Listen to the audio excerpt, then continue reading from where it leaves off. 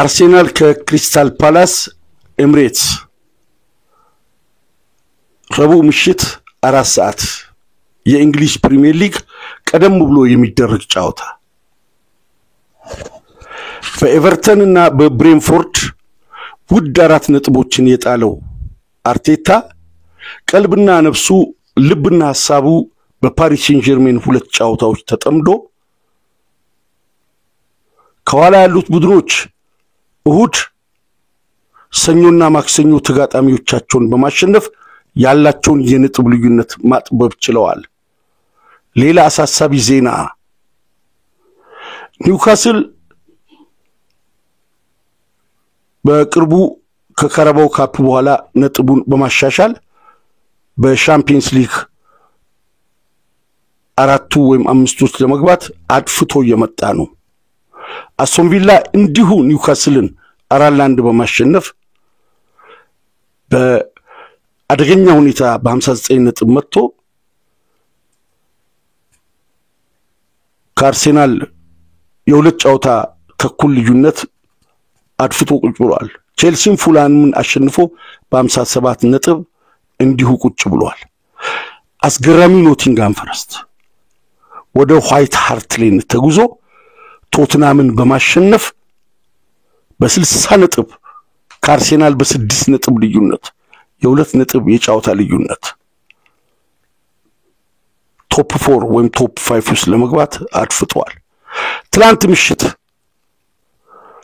ኢታድ ላይ የተደረገውን ጨዋታ የኡናይ ኤምሬውን ከፓሪስ ሴን ጀርሜን ጋር 2 ጨዋታዎች ኒውካስልን 4-1 ያሸነፈበትን ጠንካራውን ቡድን ገጥሞ ጨዋታው ሊጠናቀቅ ጥቂት ሰከንዶች እስኪቀሩ ድረስ 1-1 ከተጓዙ በኋላ ሲቲ 2-1 በማሸነፍ ነጥቡን 61 አድርጓል።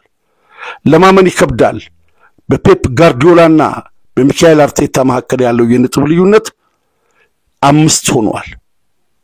ሲቲ 1 ተርፍ ጨዋታ ተጫውቶ ስለዚህ የ2 ጨዋታ ያህል ልዩነት ያለ አፈርልሶ ከትቢያ ውስጥ ተነስቶ በወቀሳ በሊግ ውስጥ በርካታ ሽንፈቶችን ሲሸነፍ በወቀሳ የታጀበው በትችት ናዳ ሲደቆስ የነበረው ፔፕ ጋርዲዮላ አይተን በማናውቀው ሁኔታ ተደስቶ የሀገሩ ልጅ ኡናይ ኤምሪን 2-1 አሸንፎ የደረጃ ሰንጠረዡን አሻሽሎ 3ኛ ላይ ቁጭ ብሏል።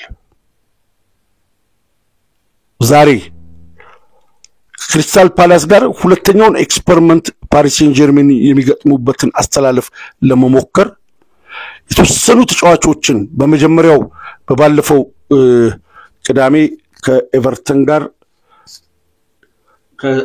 ከስፒሽታውን ጋር 4-2 ባሸነፉበት ጨዋታ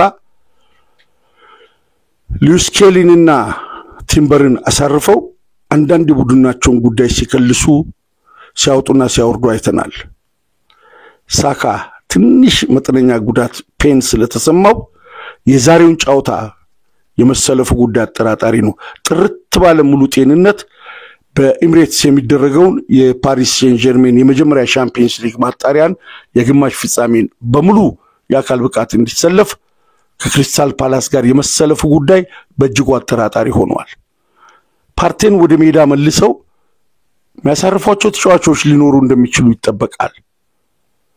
ለማገገሚያ ጊዜ ስለሌለ ይህ ሲሆን ደግሞ የፓሪስ ሴን ጀርሜኑን ጨዋታ እሳቸው ታሳቢ አድርገው ሲንቀሳቀሱ የማንቸስተር ሲቲ በቅርብ ርቀት ውስጥ ኮቴ ማሰማት ደርሻለሁ የሚለውን እንደ በጋ መብረቅ ብልጭ ብሎ ባጠገባቸው መምጣቱ ጉዳይ ስጋት ሆኗል። ከዚህ በፊት ባለው የነጥብ ልዩነት መስፋት ኤክስፐሪመንቱን ይሰሩ ነበር። በተለይ ከማድሪድ ጋር ለነበረው 2 የደርሶ መልስ ጨዋታ። አሁን ግን በመሃል በኤቨርተንና በብሬንፎርድ የተጣሉት የሚወደቁት 4 ነጥቦች ጉዳዮቹን አጥብቦ በፔፕና በአርቴታ መሃል ያለውን የነጥብ ልዩነት 5 አድርጎታል። አስፈሪውና ብዙም ትኩረት ያልተሰጠው ኖቲንጋም ፎረስትም ቶትናሞችን ሜዳቸው ድረስ ሄዶ 2-2 በማሸነፍ 2-1 60 ነጥብ ላይ ተገኝቷል። ከበባው እየተፋፋመ መጥቷል። ስለዚህ በዛሬው ምሽት የሚደረገውን ጨዋታ ፔፕ ጋርዲዮላ በሁለት እግራቸው በጣም ይቅርታ አርቴታ በሁለት እግራቸው ሁለት ባላ ላይ የመውጣት ያህል ፍላጎት አድርገው ነው የሚጫወቱት። በክሪስታል ፓላስ ነጥብ መጣል በፍጹም አይታሰብም። ነጥብ ከጣሉ ከኋላ በኩል የአደጋ ኮቴ እየተደመጠ ነው። ሆን ብሎ በሙሉ ተጫዋቾች የሚገቡ ደግሞ ከሆነ የፓሪስ ሴን ጀርሜኑ የማክሰኞ የሮቡ ጨዋታ ሌላ ጣብቅኝ ይሆናል። መላለኝ ይላሉ እሳቸው። የኔን ታናሽ ነው በክብር ስም እሳቸው እያልኩ መጠራው። እኛ ኳስ ታቆምን በኋላ አሰልጣኝ ከሆነ በኋላ ፔፕ አርቴታ በኤቨርተን ከዛም በአርሴናል የፕሮፌሽናል ጨዋታውን ሲያደርግ ነበር። ሙያዊ ክብር ስንሰጥ በእድሜ ቢያንሱም አሰልጣኞች መምህራን እና የሃይማኖት መሪዎቻችንን አንቱ ማለት ተገቢ ነው። ዛሬ ክሪስታል ፓላስ ከወራጅ ቀጠና መራቁን አረጋግጧል። እነ ኢዜ በማንቸስተር ዩናይትድ ይፈለጋሉ። ትልቅ ጨዋታ ነው። በአካል ብቃት በፕሪሚየር ሊግ ውስጥ የፈረጠሙ ከሚባሉት ኒውካስል ኖቲንጋም ፎረስት ጋር ኤቨርተን በጋራ የሚመደብ ቡድን ነው። ባለፈው አመት በደንብ አሻሽቶ ነው አርሴናል ያሸነፈው። ዛሬስ ፓሪስን ለመቀበል ለንደንን ውበቷን እየጠበቁ የፓሪስ ደጋፊዎችን ቅበላ ለማድረግ እየተሰናዱ ያሉት አርሴናሎች ተገቢውን መልእክት ተገቢውን ውጤት ፓሪስን በስነልቦና የሚደቁስ ውጤት ክሪስታል ፓላስ ላይ ያስመዘግባሉ ብሎ እዚህ ያሉ የአርሴናል ደጋፊዎች በቀጥታ መልእክታቸውን ሳይሆን በቃል አብረውኝ የሚውሉ ልጆች መልእክት አድርስ ብለውኛል። የምናይ ይሆናል። ፓቻ የሲቲ የኖቲንጋም ፎረስት ማሸነፍ እንዲሁም ደግሞ የሉዊስ ኤንሪኬ ከኖንት ጋር ማክሰኞ ምሽት 1-1 መውጣት ብዙ የሚነግረን ነገር አለ። ሻምፒየንስ ሊጉን የሮቡን ጨዋታ የዛሬውን ደግሞ ከሳምንት በፊት የሚካሄደውን ክሪስታል ፓላስ አርሴናል አጭር ግምገማ እናደርጋለን። ሜዳው ኤምሬትስ ነው። ሰዓቱ 4 ሰዓት ነው። መቀጠል ይችላል ፓቻ። እሺ እንደምን ቆያችሁ አድማጮቻችን? አዋ በአንተ መግቢያ ላይ እንዳነሳው የቶፕ 5 ጉዞ በሌሎች ክለቦች መካከል የሚደረገው ፉክክር ሳይታሰብ ወደ ላይ ወደ አርሴናል ነጥብ የተለያዩ ክለቦች አጥብበዋል። ለምሳሌ ኖቲንጋም ፎረስት 60 ነው፣ ኒውካስል 59፣ ሲቲ ደግሞ 61። በተለይ ደግሞ አርሴናል ከፓሪሱ መልስ በርንማውዝን ከበርንማውዙ ጨዋታ በኋላ ደግሞ ኒውካስልን ከዛም በኋላ ሊቨርፑልን እነዚህ ሶስት በመሃል ወደ ፓሪስ ሜዳ እነዚህ ሶስት ጨዋታዎች ደግሞ ከሶስቱ ክለቦች ሁለቱ አንደኛው ለሻምፒዮናነቱን አረጋግጦ የነጥብ ልዩነቱን አስፍቶ ለሪከርድ የሚጫወትበት በርንማውዝ ደግሞ ዩሮፒያን ውድድር በተለይ የዩኤፋ ዩሮፓ ሊግን ለማሳካት ወይም የኮንፈረንስ ሊግን ይዞ ለማጠናቀቅ ኒውካስል ደግሞ የሉናው ጉዳይ ነው ሻምፒየንስ ሊግ ከ1 እስከ 5 ደረጃ ይዞ ለመጨረስ ዛሬ አርሴናል ነጥብ መጣሉ ሁለት አይነት ክፍተት ያመጣል። አንደኛው ዛሬ በኤምሬትስ የሚሸነፍ ከሆነ ሊጉ ተጠናቆ ሊቨርፑል ሻምፒዮን መሆኑ ዛሬ ይረጋገጣል። አንደኛው። ሁለተኛው ነገር ደግሞ ይሄ ጨዋታ ትርፍ ነው። አሁን የሚደረገው ቀደም ብሎ ክሪስታል ፓላስ ቀጣይ ቅዳሜ ከማንቸስተር ሲቲ ጋር የኤፍኤ ካፕ የጥሎ ማለፍ ጨዋታ አለው ለፍጻሜ ለማለፍ ለዛ ተብሎ የሚደረግ የማስተካከያ ፕሮግራም ወጥቶለት የሚደረግ ጨዋታ ነው። ስለዚህ በቀጣይ ሳምንት ሌሎች ክለቦች ያላቸውን ፍላጎትና ጥንካሬ ወደ ቶፕ 4 ለማጥበብ በተለየ ሁኔታ አድቫንቴጅ ይፈጥራል። ነገር ግን ሚካኤል አርቴታን ከየትኛውም ጊዜ በላይ ያሳሰበው ደግሞ አሁን የኤምሬትሱ የመጀመሪያው ዙር ጨዋታ ትኩረት ተሰጥቷል። ይሄ አርቴታ ከሚናገረው ከሚያደርጋቸውም ነገሮች የሰጠውንም ትኩረት ስትመለከት የፕሪሚየር ሊጉ ኳላ ያሉ ክለቦች ይደርሱኛል ከሚለው ይልቅ ያን ፈተና መሻገር ነው ለሚካኤል አርቴታ ትልቁ ግብም ኢላማም ያደረገው። እኔ በጎ ጉዳዩ በዚህ ውስጥ የተመለከትኩት አንድ ሳምንት እረፍት ማግኘታቸው፣ አንድ ሳምንት ጋፕ መፈጠሩ ነው። በሮብ ዛሬ ጫውቱና ቀጣይ ሳምንት ቀጥለው ሮብ ነው ቅዳሜና እሁድ ጫውታ ይላል አርሴናል ያደርግ። ስለዚህ ከክሪስታል ፓላስ ጋር የነበረው ቅዳሜ ወይ እሁድ መደረግ የነበረበት ጫውታ በኤፍኤ ካፕ ጉዳይ ወዲህ ተስቧል። ይሄ አንድ ሳምንት መኖሩ ፓሪስን ለመቀበል ለዛም በሜዳው ስለዚህ በቂ ረፍት፣ በቂ ዝግጅት፣ በቂ የአካል ብቃት ላይ እንዲገኙ ፊትነስ ላይ እንዲገኙ ህክምና የሚያስፈልገው በቂ ህክምና እንዲደረግለት አንድ ሳምንት በውድድሮች መሃል ማግኘት በጣም ጥሩ ነው። በነገራችን ላይ አድማጮች ይህን ፕሮግራም እየሰሙ ፕሮግራማችንን ላይክ አድርጉ።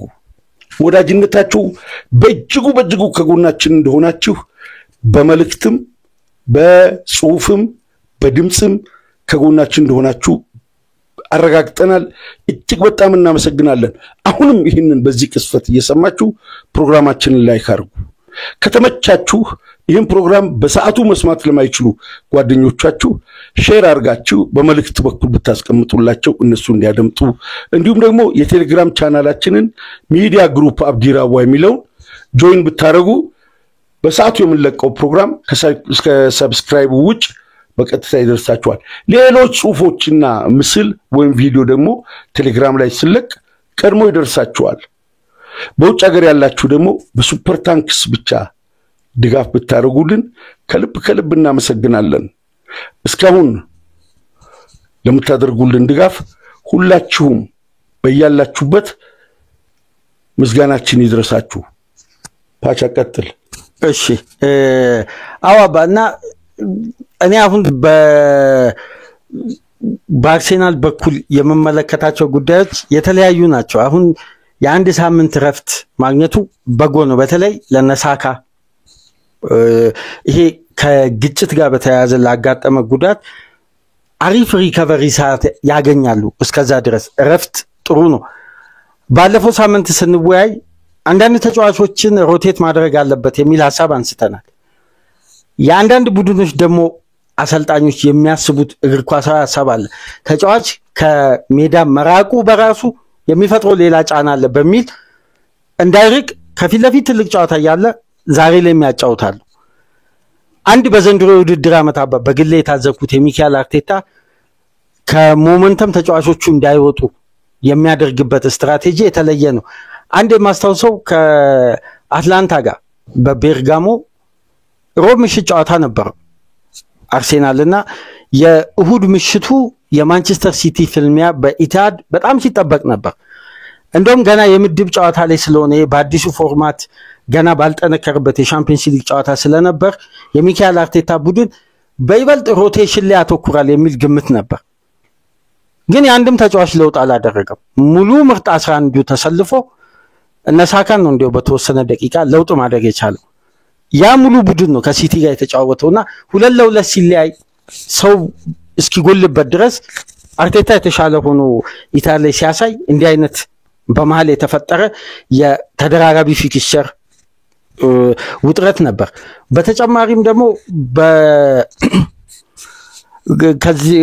ከዚህ የፊክስቸር ውጥረት በኋላ እንደገና አርሴናል በ36 ቀናት ውስጥ 11 ጨዋታ አድርጓል በዘንድሮ ውድድር ዓመት ከየትኛውም ክለብ በላይ። እነዚህን ጨዋታዎች በሚያደርግበት ወቅት ነው እንግዲህ በ36 ቀን 11.1 አዎ በ3.1 ይሄ ማለት ቀን ልዩነት 4 ቀን እንኳን አይሞላም ነበር። በዛ ወቅት ነበር ቡካዮ ሳካ ሃርምስትሪንጉን ያጋጠመው እና ከነዚህ 11 ጨዋታዎች ውስጥ 9ኙን ሳካ አድርጓል።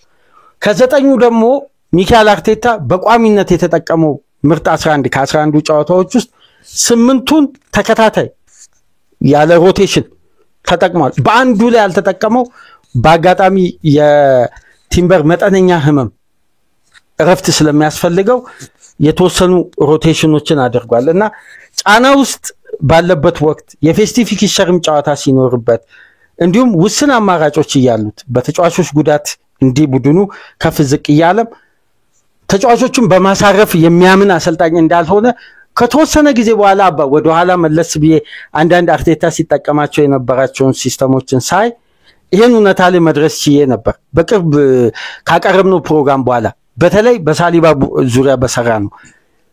ግን ደግሞ የቡድኑ የሕክምና አባላት የተጫዋቾች ከሜዳ አለመራቅ ከሚያጋጥማቸው ጉዳት እንኳን እንዲቀንሱ ምክንያት ይሆናል። ጥንካሬያቸው ይጎለብታል። ከድካም ከሚመጣ ሳይኮሎጂያቸው ህብረታቸው የአካል ብቃታቸውና የአሸናፊነት ስሜታቸው ይቀጥላል። ታቻ እንደው ላቋርጥና አድማጮች ይቅርታ አድርጉልኝ።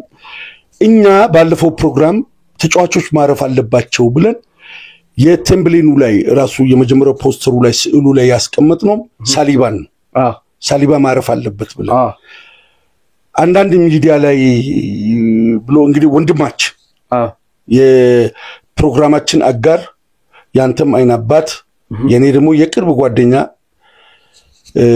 ኤችዲ ስፖርት ሁሴን አብዱል ቀኒ ባለፈው በዚህ ጉዳይ ላይ አስተያየት ሲሰጥ ነበር። አስተያየት ከሰጠባቸው ታዳሚዎች መሃል ለኛም ይመስለኛል። ምክንያቱም ሁሴን ቀጥተኛ ተናጋሪ ነው። በዛ በሚዲያ የሚያወራው በስልክ ብትደውል ላንተም ይነግራል። ይሄ ከኋላ የሚያወራው ነገር ከኋላ ሸፍጥ የሚሰራው ነገር የለም። የሚያወራው ነገር የሚኖር ሰው ነው። አንዳንድ እኛ ይረፉ ያልነው በመጀመሪያ ስናወራ ስኬሊ ማረፍ አለበት ደምቤሌ በሱ በኩል ስለሆነ ክራቫት ስኬሊ ጋር ተግባብቷል። ልጁ አግሬሲቭም ነው። በዛ በኩል ደግሞ ክራቫት ስኬሊ በሱ በትራቨስ ስኬሊ በኩል ቲምበር ስላለ ዋናው ግን ጋብርኤል ስለሌለ ምትክም ስለሌለ ከክቪር ጋር የሚጣመረው ሳሊባ አለመሰለፉ ነው የሚጠቅመው። ምክንያቱም ሳሊባ እዛውስ ገብቶ ከቲሙ ጋር የሚፈጥረው መግባባት ከዚህ በላይ መግባባት የለም። ሳያይ ከቲሙ ጋር መቀባበል የሚችልበት ደረጃ ከርሟል ነው ያልነው እኛ። ሳካ ከብሬንፎርድ ጋር የሳተውን በረኛ የመለሰውን ኳስ የሳተው ኳስ ራሱ የፊትነስ ችግር ሳይሆን አይቀርም ከርሞ ስለመጣ ስለዚህ ሜዳ ላይ ብዙ መቆየት አለበት በሚለው ያሳምነናል። ግን እንደ ሳሊባ አይነቱ ላይ ሪስክ ለምን ይወስዳል ነው ያልነው እኛ። ለብዙዎቹ ነው ሁሴን መልስ የሰጠው። አድማጮች በዚህ አጋጣሚ ከምናደንቀው ከምናከብረው የስፖርት ባለሙያዎች ተንታኞችና ተመልካቾች ኳስ ሲጀመር ግጥሚያን በመተንተን ብዙ ተንታኞች ብዙ ኮሜንታተሮች አሉ። ሁሴን አብዱል ቀኒ የሚያህል የለም ለኔ። ሌሎቹ 10 ደቂቃና 15 ደቂቃ ይጠብቁና ሌሎች ኮሜንታተሮች ሲያስኬዱ በመሃል እነዚህ ተንታኞች የሚለቀቁ የጎግል ወይም ደግሞ ኢንተርኔት የሚለቀቁ የጫውታውን ዘገባዎች አያይዘው ነው 10 ደቂቃ ታይሚንግ በግድ ይጠብቃሉ። ሁሴን አብዱል ቀኒ ከ10 ደቂቃ ቀድሞ ደግሞ ትንታኔ የሚጀምርልን ከሁሴን ቀጥሎ የአገር ውስጡንም የውጭውንም የሚተነትን አንድ ልጅ አለ። አሁን ፌዴሬሽኑ የሁለተኛ ሱፐር ሊግና ብሔራዊ ሊግን ማን ኦፍ ዘ ማች እንዲመርጥ ያደረጉት ልጅ አለ። ከማርቆስ ኤሊያስ ጋር ከዮናስ አዘዘ ጋር ይሰራል። ስሙ ረስቼዋለሁ። እሱ ልጅ እግር ኳስን ላይቭ ገብቶ በመተንተን አስገራሚ ልጅ ነው። ቅድም ስታወራ የኢትዮጵያ የአርሴናል ደጋፊ አንድ ትዝ ብሎኝ ነው። ሁለት ነገር በመሃል የመጡልኝ ሐሳቦች አሉ።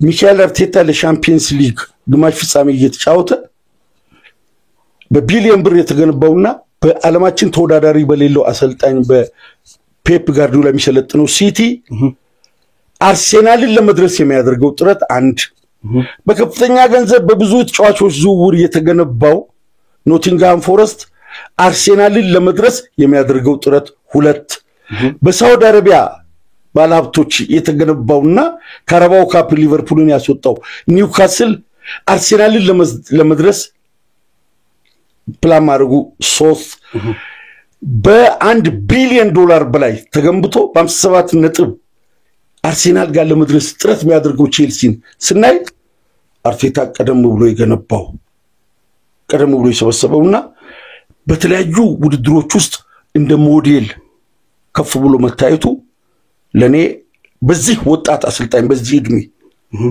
በዚህ ሁሉ ኢኮኖሚካል ፓወር የተገነቡ ክለቦች ለመድረስ በሚያደርጉት ጥረት ቀድሞ ፈቀቅ ብሎ ቁጭ ብሎ ስለ አውሮፓ ሻምፒዮንስ ሊግ ውድድር ቅኝት ብልሃት የጫውታ ፍልስፍና የራሱን ጥበብና ስሌት እየሰራ መክረሙ ሳናደንቅ አናልፍም።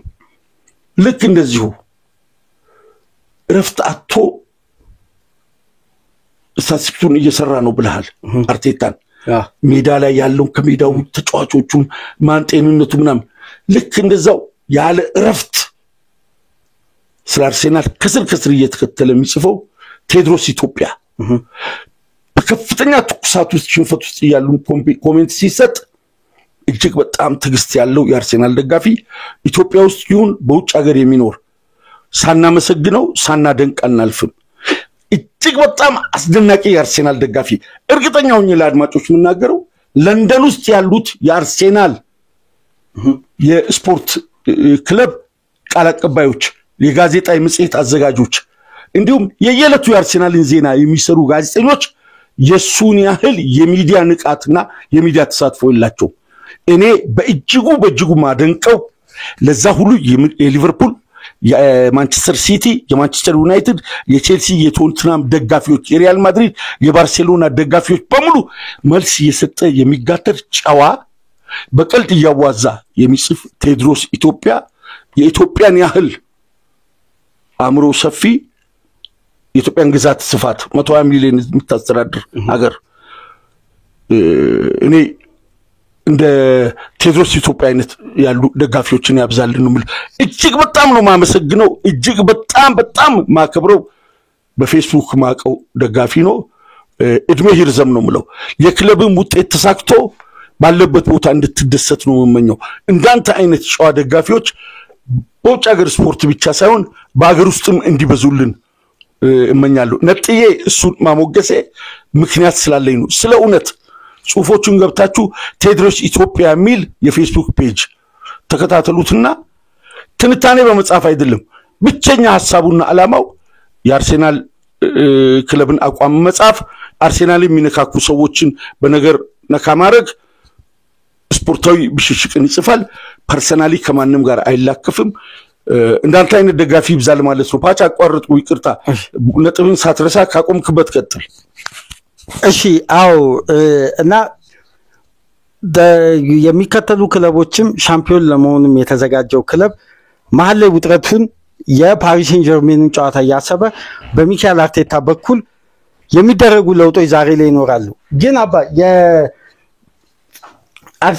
ኤክስፐሪመንት ስናወራ አንድ ጥያቄ ከመጀመሪያ አንተ መግቢያ ላይ እንዳነሳው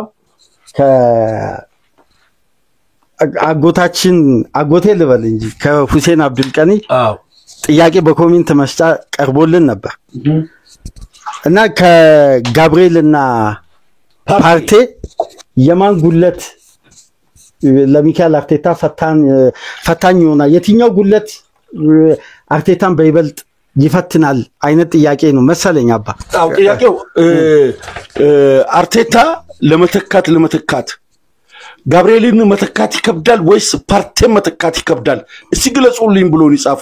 ይሄንን በውስጥ መስመር ለኛ ቢልክ ለአድማጭም አናቀርብም። በዩቲዩብ የኮሜንት መስጫው ላይ ስለሆነ አድማጮች በሙሉ ስለሚያነቡት ይሄንን ምናቀርበው። ከሱ ጥያቄ ጋር ተያይዞ አሁን አንተ የሁሴንን ጥያቄ መልስ ትሰጥና ቃል ገብቶልናል በእኛ ፕሮግራም ኢንተርቪው ለማድረግ። ከሁሴን ጋር ኢንተርቪው ማድረግ አንዳንዴ ኢንተርቪው አይመስልም፣ ስለ እግር ኳስ ምን ወያይም አይመስልም። በአንድ ወንበር ወይም ፍራሽ ላይ ቁጭ ብለን ምን ጨቃጨቅ ነው የሚመስለው። በእግር ኳስ እንደ ሁሴን የተለከፈ ሐኪም ነው ያዘዘው። ከዚህ ሁኔታ ራስን አቀስቅስ፣ ከፍተኛ ስትረስ ውስጥ ነህ፣ ረፍት ያስፈልግሃል። ኢንተርስፖርት ይያለ ሬዲዮ ሲሰራ ቴሌቪዥን ሲሰራ መጽሔቶችን ሲተረጉም ስለ ስፖርት ካገኘው ሰው ከጠየቀው ሰው ከሚውላቸው ሰዎች ጋር ለረጅም ሰዓት ያለ ምንም ማመንታት ሲከራከር ሲያምን እንደዛ ህይወቱን ገፍቶ ሐኪም ከረፍት ጋር የተያዘ ከግፊት ጋር የተያዘ ከጤንነቱ ጋር የተያዘ አደጋ ከፍለፊት ተደቅኗል። ስለዚህ ሲሪየስ ነው ረፍት አድርግ ነው ያለው በስፖርት በዶክተሮች ማስጠንቀቂያ ከተሰጣቸው ሰዎች መሃል ሁሴን አብዱል ቀኒ አንዱ ነው ማርቆስ ኤልያስ ሁለተኛው ነው ሌሎችም አሉ ስለዚህ ሁሴን በቅርብ ቀን ከኛ ጋር ኢንተርቪው ያደርጋል ሌላ ምን ነግራችሁ ነገር አለ ካሳይ ራጌም ከኛ ጋር ኢንተርቪው ያደርጋል አልመዲ መሐመድም ይታገሱም ከኔ ጋር ኢንተርቪው ያደርጋሉ ዝግጅት ያደርግን ነው ለሁሴን ጥያቄ ፓቻ እስኪ ያንተ መልስ ምንድነው እሺ በመጀመሪያ በጥያቄው ከሱ በመምጣቱ ደስ ብሎኛል ለኛ በጣም ትልቅ ክብር ነው ሁለተኛ ነገር ግን ከጥያቄ በፊት ሁሴን አጎቴ ሁሴን በሮቡ ምሽት ጨዋታ አሁን አርሴናል ቢያሸንፍ ደስታው ወደር የለው ቢሸነፍ ደግሞ የሚሸነፈው በፓሪስ ሴን ጀርሜን እሱ ደግሞ የሚደግፈው የጥንት ክለቡ ነው ማንንም ለማን ነው ስሜቱ በዛ ጨዋታ የሚያደለው ሚለውን የመንታናት ተንጋላ ይባላል ፓሪስ ሴን ጀርሜን ሁሴን አብዱል ቀኒ ጋር ተዋውቀን እናቴ ታማ ነፍሷን ይማረው ይርሐመከላህ ነው ምንለው ጥቁር አንበሳ ተኝታ ያለች ሁሴን አብዱል ቀኒ ከዘሪውን ከሚባል የሱ ሪፖርተር በረኛ ነበር አሁን በህይወት የለም ከሱ ጋር መጥቶ ነው የተዋወቅነው 1986 87 እና ቤቱ ስንሄድ በፓሪስ ሴን ጀርሜን ፎቶ ነው ቤቱ የሞላው የነ ጆርጂያን የነ ጂኖላን የነ ሪካርዶ ጎሜዝን ታሪክ ሁሴን አሁንም እንደ ትላንት ስንተዋወቅ እንደነበረው ጊዜ ሊያወራልህ ይችላል እና እኔ ብዙ ሰው ጋር ኳስን አውርተናል ከሁሴን ጋር ማውራት ብዙ ነገር ይነግርሃል ወደ ኋላ መቅረትን በስፖርት ውስጥ ከሁሴን ጋር ስታወራ ትረዳለህ እግር ኳስ ፓሽን ሆኖ ምን በምን አቅጣጫ መውደድ እንዳለብህ ከሁሴን ትረዳለህ ጊዜ ተመቻችቶ እንግዲህ አንተ ህፃን ያለ ተዋውቆ ነው ያንተ አይናባት የሆነው ሁሴን አሁን በዛው አንተ በመትመራው ሚዲያ ላይ ደግሞ ለኢንተርቪው ፍቃደኛ ሲሆን የሁሴንን ትልቅነት የሁሴንን ቅንነት የሚያሳይ ነው አሁን መልስ ስንሰጥ ስለጠየቀን መልስ መስጣት እንጂ ከሁሴን ጋር ተከሻ መለካከት አይደለም ቀጥል ፋቻ እና ከሁለቱ ተጫዋቾች ለሚለው ጥያቄ እኔ በመጀመሪያ ደረጃ አርቴታ የጋብሪኤልን ጉለት ሳናስተውል አልፏል እስካሁንም እንደቀጠለ ነው ጉዳቱን ሳናቅ ምንም አይነት ጉለት አልተመለከትንም ጋብሪኤል ከጎደለበት ጨዋታ አንስቶ በጋብሪኤል ክፍተት አርሴናል ይሄን ነጥብ አጣ ምንልበት እንደውም የአርሴናል የኳስ ቁጥጥርና የተደራጀ ከራሱ የመጫወቻ ክልል የተጋጣሚ የአማካይ ስፍራ ለማለፍ የያኮቭ ኪቪዮር ፓሶች ከጋብሪኤል የተሻለው ናቸው ስለዚህ የጋብሪኤልን ጉለት አርቴታን በኳሊቲ ደረጃ ለተመጣጣኝ ፉክክር ጉለቱ ሚዛን ላይ ደፋ ይችላል እንጂ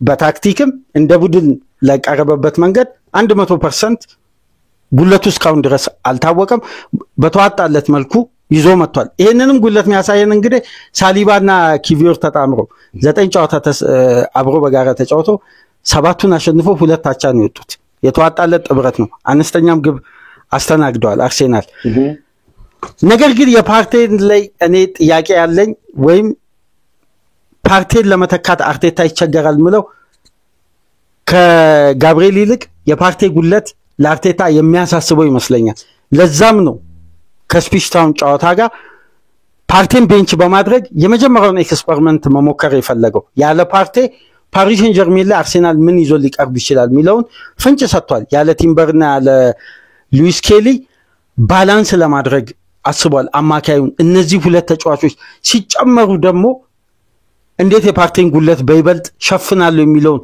ለማወቅ የመጀመሪያ ዙር ኤክስፐሪመንት ሁለቱም ፉልባኮች ቤንች በማድረግ ተጨማሪ አማካይና የተወሰኑ ሽፍቶችን አድርጎ ነው ስፒሽታውን 4-2 ያሸነፈው በፓርቴ ጉለት ውስጥ እኔ የሚታየኝ ትልቁ እና ሰፊው ጉለት የማርቲን ኦዲጋርድ ጉለት ነው በፓርቴ ጉለት ውስጥ የሚታየኝ ፓርቴ መግደሉ የሚያጎለው ሌላ ተጫዋች አለ ሜዳ ውስጥ ይያለ ማርቲን ኦዲጋርድ ለምሳሌ በአርሴናል በዘንድሮ ውድድር ዓመት በአንድ ፕሮግራም አንስተን ነበር ከኦዲጋርድ ወደ ሳካ የሄዱ ኳሶች ከሳካ ወደ ኦዲጋርድ የተመለሱ የሁለቱ ተቾች ያለምንም መቋረጥ በአማካይ ሁለቱ ተጫዋቾች መሃል 32 ኳሶች በጥራት ግንኙነት ያደርጋሉ በቀጥታ ሁለቱ ተጫዋቾች ኳስን ይቀባበላሉ ግን ፓርቴ ሲጎል የአርሴናል ሴንትራል ፕሮግሬሽን አንድ እንደ የኦፕታ ስታቲክስን ትዝ ይለኛል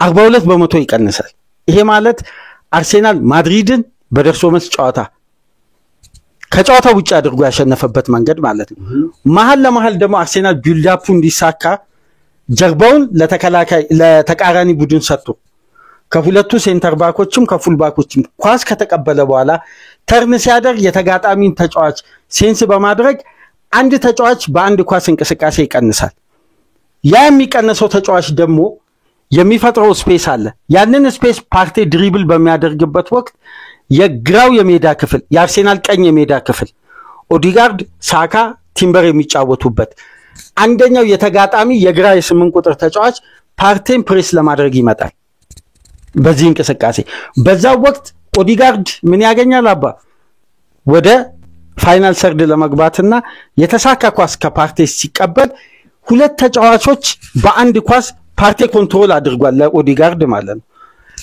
አርሴናል አሁን በቅርቡ ለተዋጣለት እንቅስቃሴ በማድሪድ ላይ እንዲያሳይ ምክንያት የነበረው የኦዲጋርድ ፋይናል ሰርድ የመጡ ኳሶችን ተቀብሎ ቴክኒካሊ ለሚገባው ተጫዋች በአግባቡ ያቀበለ ነው ምንም እንኳን ኦዲጋርድ በዚህ ቴክኒኩ ሳይወደስ ውጤቱ የሸፈነው አስተዋጽኦ ቢያደርግም ውጤቱ ሸፈኖታል ኦዲጋርድ ልዩ ነበር በሁለቱ ጨዋታዎች አሁን ፓርቴ ሲጎል የሚሆነው ራይስ ነው ራይስ ደግሞ ወደ ኋላ ሲመጣ ሜሪኖ ፊት ለፊት ፕሬስ አድርጎ ተቃራኒ ቢልድ አፕ እንዳይጀምር የሚያደርግበትን ሲስተም በመቀነስ ወደ ኋላ የግራውን 8 ቁጥር ይዞ ሲመለስ ሁለቱም ተጫዋቾች ቴክኒካሊ ሴንትራል ፕሮግሬሽናቸው ደካማን ሜሪኖ ራይስም ሜሪኖ በይበልጥ አጭር ቅብብል እንጂ ይሄ ከተከላካይ ከመሰረተ በኋላ ፋይናል ሰርድ የሚገቡ ያልተዛነፉ ፓሶችን ለኦዲጋርድ ለማድረግ ከሁለቱም ተጫዋቾች ፓርቴ የተሻለ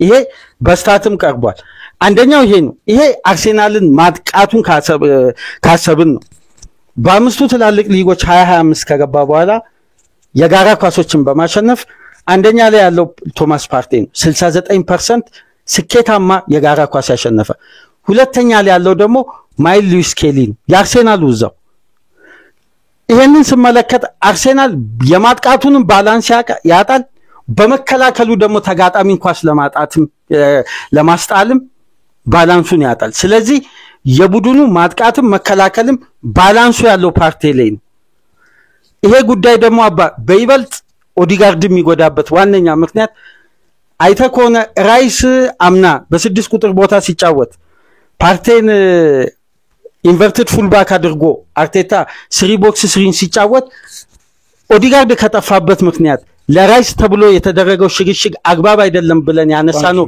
ትልቁ ጉዳይ ኦዲጋርድን የወርክሬት ተጫዋች ያደርጋል ልክ ዶሚኒክ ሶቦዝላይ ሊቨርፑል ቤት ከቴክኒኩ ይልቅ ከኳስ ውጪ ሜዳውን እንዲያካልል ስሎት ያደረጉበት መንገድ ይሄ ማለት ምንድነው የፓርቴን ጉለት ከቨር ለማድረግ ኦዲጋርድ ምን ይሆናል ፕሬሲንግ ላይ ይወጣራል ያ ጫና ወደ ኦዲጋርድ ይወርዳል ሜሪኖ ደግሞ የጋራ ኳሶችን እንዲያሸንፍ ለምን ፓርቴ በጋራ ኳሶችም ፕሬሲንጉንም ከጫናው በማውጣትም የአርሴናልንም ፕሬሲንግ ሶስተኛ ተጫዋች በመሆን ከአርሴናል ተጫዋቾች ጀርባ የሆነ የሚጣሉ ኳሶችን የአርሴናል ተጫዋቾች ፕሬስ ሲያደርጉ ተጋጣሚ ተሳስቶ ፓስ የሚያደርገው ተቀብሎ ወዲያው ዛ ፋይናል ሰርድ ለማስጀመር እንዲህ አይነት ቴክኒካል ስለዚህ የፓርቴ ድብቅ ችሎታና ድብቅ አቅም አርቴታን በሶስቱ አማካዮች እንዲሸፍን ነው የሚያደርገው አንድ ተጫዋች የሚሰራው ሚና አይተኮና እንትና ገንዘቡን መለሰ ብለው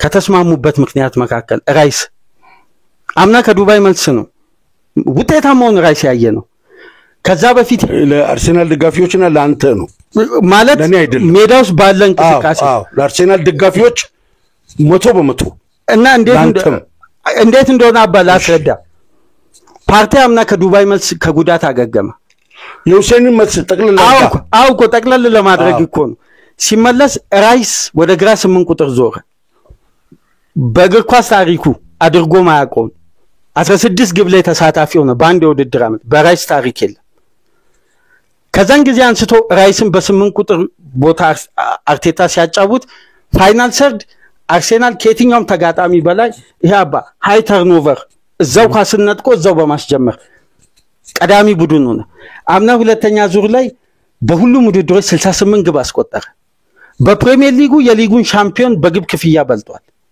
አርቴታ በሁለተኛው ዙር ከሲቲ ይሄ ሁሉ ነገር ሲፈጠር የራይስ ፋይናል ሰርድ ድካም አልባ ፕሬሲንግ ትልቁ ሚና ይጫወት ነበር ለዚህ ደግሞ በሙሉ ከቨር የሰጠው ፓርቴ ነው ስለዚህ ሚካኤል አርቴታ መጀመሪያ ፕላን ያደረገው ጋብሪኤልን ማጫወት አልነበረም እንደምናቋምና መጀመሪያ ሲጀምር 3 ቦክስ 3 ለመጫወት ቲምበርን ቤን ዋይትን ሳሊባን እንትና ኢንቨርትድ ፉልባክ ሆኖ እንዲገባ ፓርቴ ራይስ ምንድነው በ6 ቁጥር ሚናው የተሻለ እንደው ብዙ ነጥቦችን ጣለ ብለን ኮወቀስኛ ግን ያችን ሲስተም ወዲያው ሲያርም አርቴታን ያደነቅንበት ከጥፋቱ ወዲያው ዛው ሲዝን ውስጥ ሆኖ ነው ያገመው በሌላ በኩል ነበር ፓርቴ የሚያጫውተው ይሄ አሁን በአንዱ ምሳሌ ነው ሁለተኛው ደግሞ በዘንድሮ ውድድር ዓመት ቶማስ ፓርቴን ፉልባክ አድርጎ የተጫወተባቸው ጨዋታዎች አርሴናል ተጋጣሚ ከ60% በላይ ኳስ ይቆጣጠራል ፋይናል ሰርድ የተሳኩ ፓሶችን ያደርጋል 25 ሙከራ ያደርጋል ግን 2 እና 3 በላይ ኢላማውን የጠበቀ ሙከራ ያደርግ ከማል መውጣቱ ግብ አያስቆጥርም በተለይ ደግሞ መሃል ለማል የሚደረጉ የሽግግር ኳሶች አይኖሩም ይሄን ጨዋታ ደግሞ ደጋፊውም የእግር ኳሱ ማህበረሰብ እንዲያስታውስ የኤቨርተንን የኒውካስልን በሻምፒየንስ ሊግ ከኢንተር ሚላን ጋር ቶማስ ፓርቴ ወደ ዊንግ ሲወጣ ተመላላሽ ሲሆን አርሴናል መሃሉ ኳስ ለመቆጣጠር ምቹ ሊሆን ይችላል ወይም ተጋጣሚ በኳስ ቁጥጥር ይበልጣል በመከላከሉ በኩል በመልሶ ማጥቃት ለምሳሌ ኒውካስል በደርሶ መልስ ጨዋታ አርሴናል ላይ 4 ሲያስቆጥር በደንብ አስተውለ ከሆነ አሌክሳንደር ኢሳክ የሚያስቆጥርበት ፖዚሽን የዊሊያም ሳሊባን የቀኙ የሜዳ ክፍል ነው ያ ፖዚሽን ደግሞ ፓርቴ በቀኝ ፉልባክ በኩል ተሰልፏል ግን በአብዛኛው አርሴናል እንቅስቃሴ ደግሞ በደንብ ላተኮረ ፓርቴ ከሳሊባ ፈንጠር ብሎ ነው ኳስ የሚቀበለው ከቀኙ የሜዳ ክፍል የነሳካ የነ ኦዲጋርድ ያለው ፓርቴ የቱጋ መሰላፍ አለበት ማለት የምትለው ፓርቴ 6 ቁጥር ቦታ ያለምን አሁን እኮ የዳሩን ስታወራ ሊምታታ ስለሚችል ፓርቴ መተካት ይቀላል ጋብሪኤልን መተካት ይቀላል ጋብሪኤልን መተካትማ በጣም ቀላል እንደሆነ አርቴታ ሳይቶና በያኮቭ ኪቪዮ ግን አሁን የፓርቴ ሚናሽ ከቨር ለማድረግ አርቴታ ሌሎች አማካዮች ላይ ስራ ያበዛል ሌላ ያልታሰበ ስራ ይበዛል የቦታ ለውጥ ያላፊነት ለውጥ የእንቅስቃሴ ለውጥ የሚና ለውጥ ያረጋል አንደን ጋብሪኤልን ለመተካት ኪቪዮርን ብቻ ማስገባት ነው አንድ ተጫዋች ያስፈልገው አሁን ግን የሚነካኩበትኖች ይበዛሉ የመጀመሪያው ራይስ ወደ ኋላ ይጠጋል ሜሪኖ ወደ ራይስ ቦታ ይመጣል ኦዲጋርድ ሚናው ከፓርቴ ጋር 1-2 መጫወት ከሳካ ጋር 1-2 መጫወት ብቻ ሳይሆን ወደ ቲምበር እዚህ ድረስ መጥቶ እንቅስቃሴ ከቨሬጁ ኪሎሜትሩ ቢለካ ፓርቴ የሌለለት እሱ የሚሮጠው የሚባክነው ቀን ይበልጣል ነው እኔ ደግሞ ምለው ባንተ በተቃራኒ ምንድነው ምለው ጋብሪኤልን ከተካ ምክንያቱም ፈርስት ቦል አስነካም ሄዲንግ ያስቆጥራል አንድ ለአንድ ተገናኝቶ ከአጥቂ ጋር ብዙ ማይሸወት ነው አግሬሲቭ ነው የሳሊባን ነፃነት ባግባቡ ያወጀ ከበረኛው ተቀብሎ ቲሙን የሚመራ በአርሴናል ውስጥ ያመቱ ቤስት 11 ፕሪሚየር ሊግ ውስጥ ከአርሴናል ሊመረጥ የሚችለው ተከላካይ እሱ ነው እሱን ለመተካት ከቻለ ፓርቴ አይከብድም ምክንያቱም ያለ ፓርቴ በጆርጂኖ ብዙ ጫውታ ተጫውቷል በራይስ ይጫወታል የሚል እምነት አለኝ እኔ ደግሞ ቆይ ያንተ ልክ ነው እሺ እኔ ፓርቴን ለመተካት ይቸገራል ሚለውን ለአድማጭ ለማቅረብም እኔም አጀንዳውን ይዤ ለመከራከር ያለ ፓርቴ በፓሪስ ሴን ጀርሜን ማየት አለብን ተክቶታል ወይስ አልተካው ምክንያቱም አሁን የምናወራው አየር ላይ ያለ ጉዳይ ነው። ተጨባጭ መሬት ላይ የዛሬ ሳምንት ሮብ ምሽት ከፓሪስ ሴን ጀርሜን ጋር ያለ ፓርቲ ያለውን ጉለትና ከፓርቲ ጋር ያለውን ጉለት እናያለን።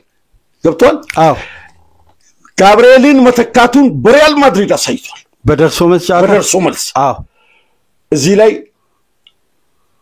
በክብደትም ሲታይ ጋብርኤል ያለው ሚና ለአርቴታ የሚበልጥ ይመስላል።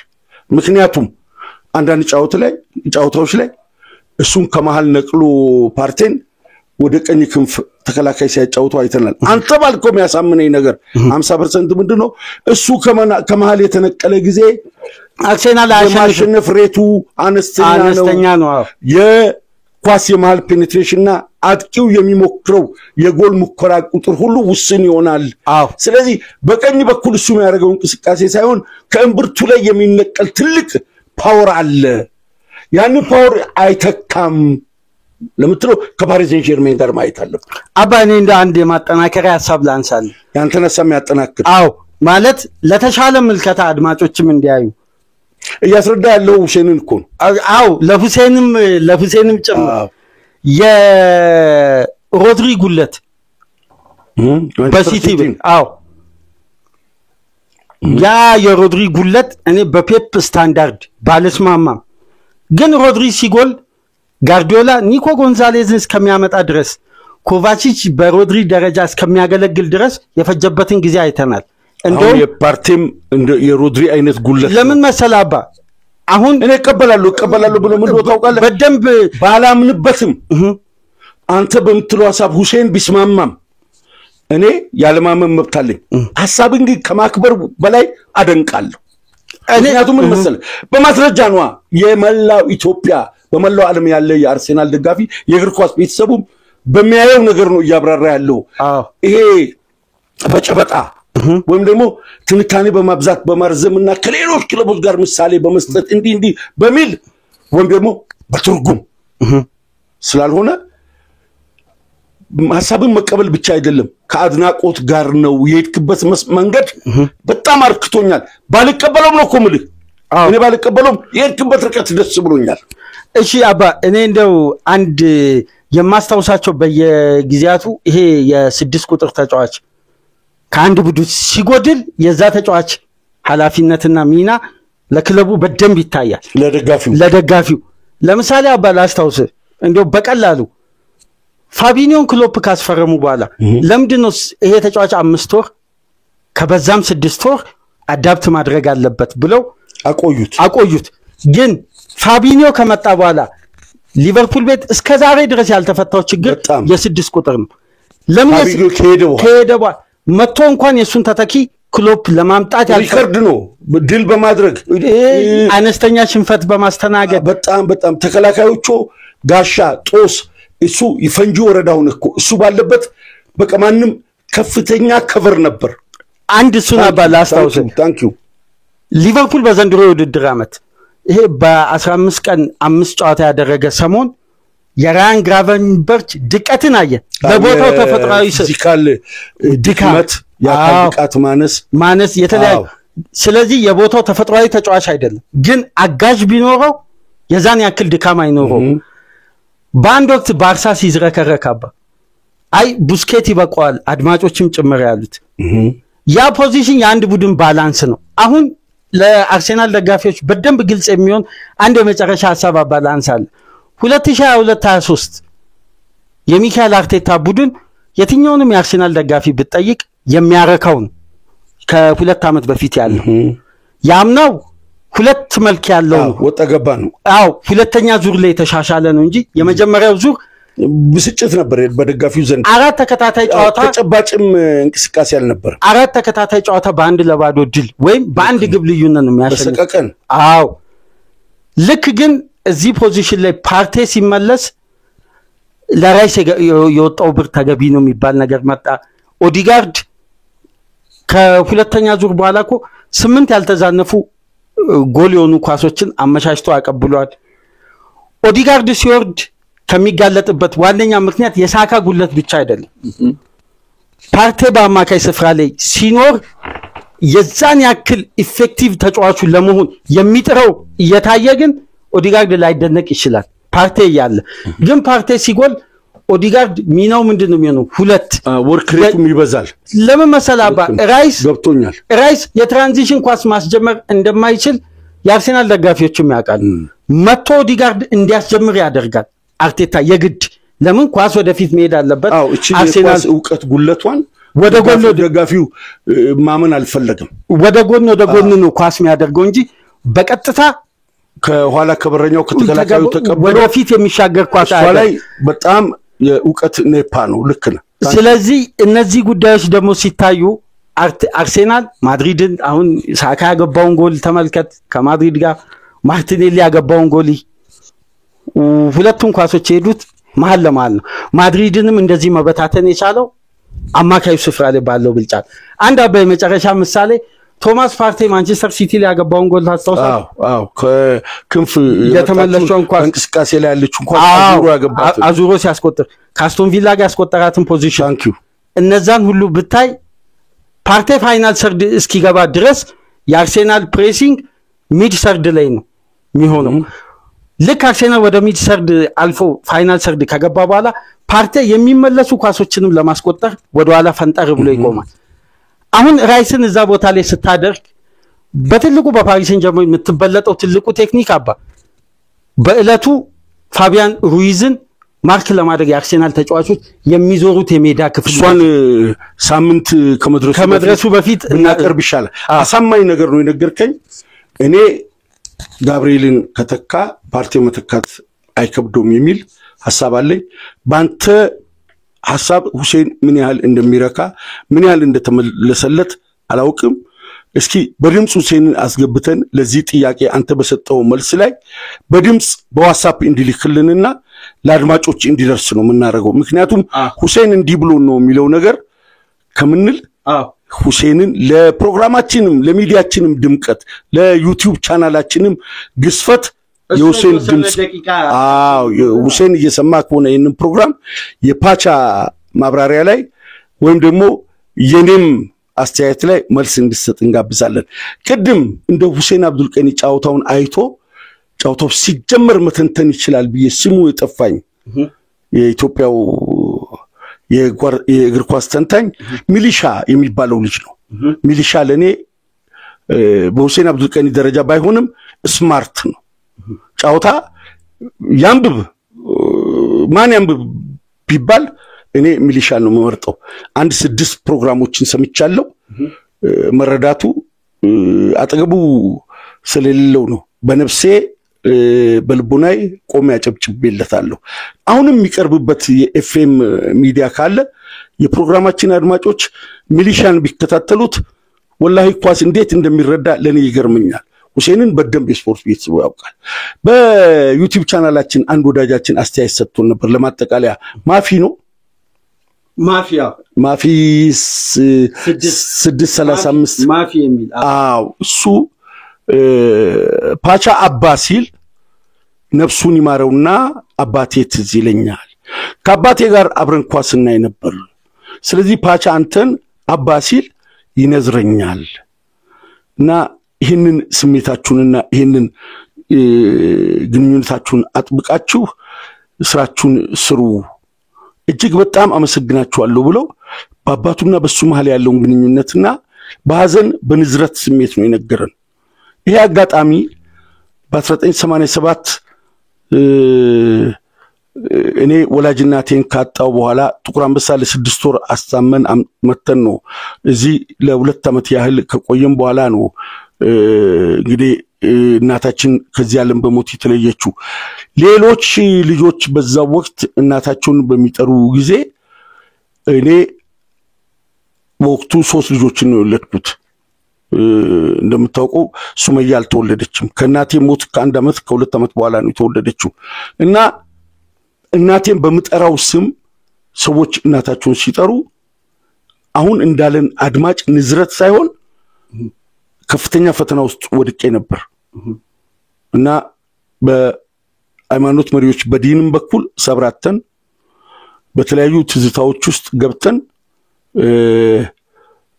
ልክ እናትህን ወይም አባትህን ሰው በሚጠራበት ስም ሲጠራ ከባድ ትዝታን እንትንልና ውስጣዊ ስብራት አለ ወንድማችን የገለጸበትን መንገድ በውስጡ በቦታው ሆኜ ስለኖርኩበት በእጅጉ ያዘንኩኝ ለአስተያየቱ ትልቅ ክብርና ውስጣዊ ሐዘን እየተሰማኝ ነው መልስ ጻፍኩለት አላህ ሰብሩን ይስጥህ አላህ ነፍሳቸውን ይማር ማለት ፈልጋለሁ አንተንም የአባት ፍቅርን ያህል ኢማንና ሰብሩን አላህ ይስጥህ ነው ምንለው ወንድማችን በእጅጉ እናመሰግናለን ሌሎች አድማጮችም የላካችሁልን መልእክት በሙሉ ከፍተኛ የሞራል ግንባታ ሆኖናል በሌላ ፕሮግራም እንገናኛለን ፕሮግራማችንን ላይክ አድርጉልን አዲስ ከሆናችሁ ሰብስክራይብ አድርጉ የወደዳችሁት ከሆነ ደግሞ ሼር አድርጉልን ለወዳጆቻችሁ በውጭ ሀገር የምትገኙ ወንድሞቻችን ደግሞ በሱፐር ታንክስ ድጋፍ አድርጉልን በአባትና በልጅ የሚዘጋጀው አብጂራ ዋቲው ሁለተኛውን ፕሮግራም በዚህ ያጠናቀቀ እንደ ሁሉ ጊዜው አብራችሁን ስለምትቆዩ ፕሮግራማችንን እስከመጨረሻው ስለምታዳምጡ ከልብ እናመሰግናለን ሰላም ቆዩ